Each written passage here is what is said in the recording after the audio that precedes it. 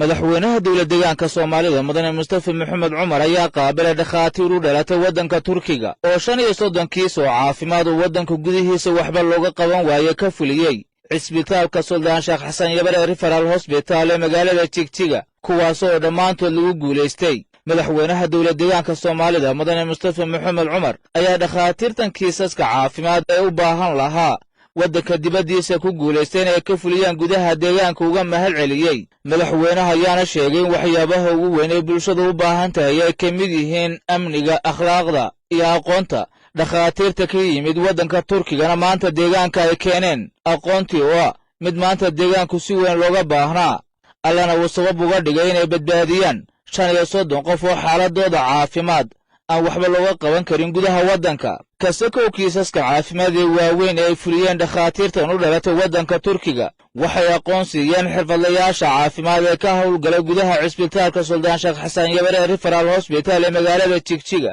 haddaba maareeyaha cisbitaalka Sultan Sheikh Hassan Yabaree ayaa wax ka weydiinay kiisaska caafimaad ee dhakhaatiirtan fuliyeen dhakhaatiirtan waa professor ka yimid Turkiga jaamacadda weyn ee Istanbul ku yaala waa dhakhaatiir fulisay procedure-rada ama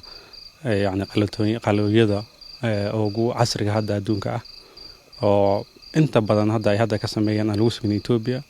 kuwaas oo ahaa kuwa badan oo kamid ah kuwa mataqaanada dadku ay u aadi jireen waddanka dibaddiisa saddex qaybood bayna ka koobnaayeen qaybtan la yiraahdo ENT ama sanka iyo dhagaha iyo cunaha ay ka kooban tahay iyo qaybtan surgery-ga qalooyada laakiin ay isticmaalayaan mataqaanta waxaan la yiraahdaa minimal invasive surgery oo ah videoga kamerada wax lagu qalayo iyo qaybta dumarka oo makaankii xaggan laga qalayo oo haday kansar tahay buro haday tahay iyadoo noocii hore ee ayakuna furaa aan la isticmaalaynin ayakuna ay la isticmaalayaan noocan minimal invasive procedure-ka ee kamerada marka inta ay joogeen iminka 5 cisho joogeen 5 cisho waxa ka faa'iideystay ilaa iyo 35 qof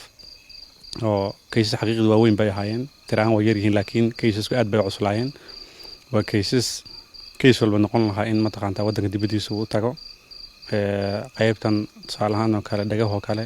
waxaa ka mid ahaa in dad maqalkoodii waayay inuu ilaahay idamkii ugu soo celiyo qalbiyada ay ku sameeyaan qaybahan kale oo iyaguna kama soo dhacaan kama liidaan haday tahay mataqaanta dumarka ay ka soo gurayeen burooyinka iyo haday tahay surgery-gan kale ee qaybtan kale ee kamerada isticmaalayeen waxa iyadoo barba socday in dhakhaatiirtii ay mataqaanta ay tababarayeen si hadda kadib iyaguna ay u sii wadaan waxa xusid mudan in jaamacadahan laftirkooda hadda jaamacadda dhakhaatiirta ay ka socdaan 5 dhakhtar oo xukuumaddu ay tirtay hadda ka hor oo 3 bilood train soo qaatay inay hadda ka hor train ay soo si fiican u soo tababareen Steven daba socotay dhakhaatiirta ay soo tababareen iyo kuwa kale halkan tababar labaad bay ku siinayeen marka wax weyn oo ummad aan isdhihi kara halkii qof hadaan qiyaaso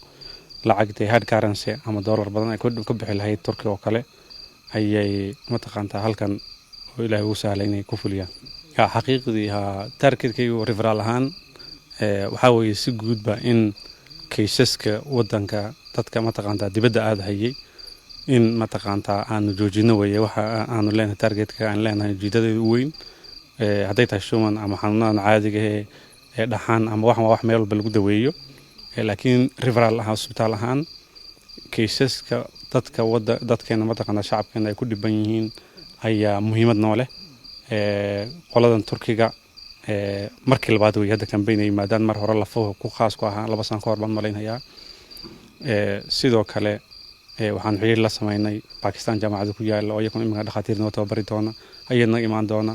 marka insha Allah albaab walba waan garaacayna oo lagu badbaadin karo mataqaanta dadkii dibadda kharash kaga baxay iyo in badan oo ka badan mayna awoodinba rafaadka ay u marayeen inaan mataqaanta ay ka nagaadaan insha Allah waan ku dadaalayna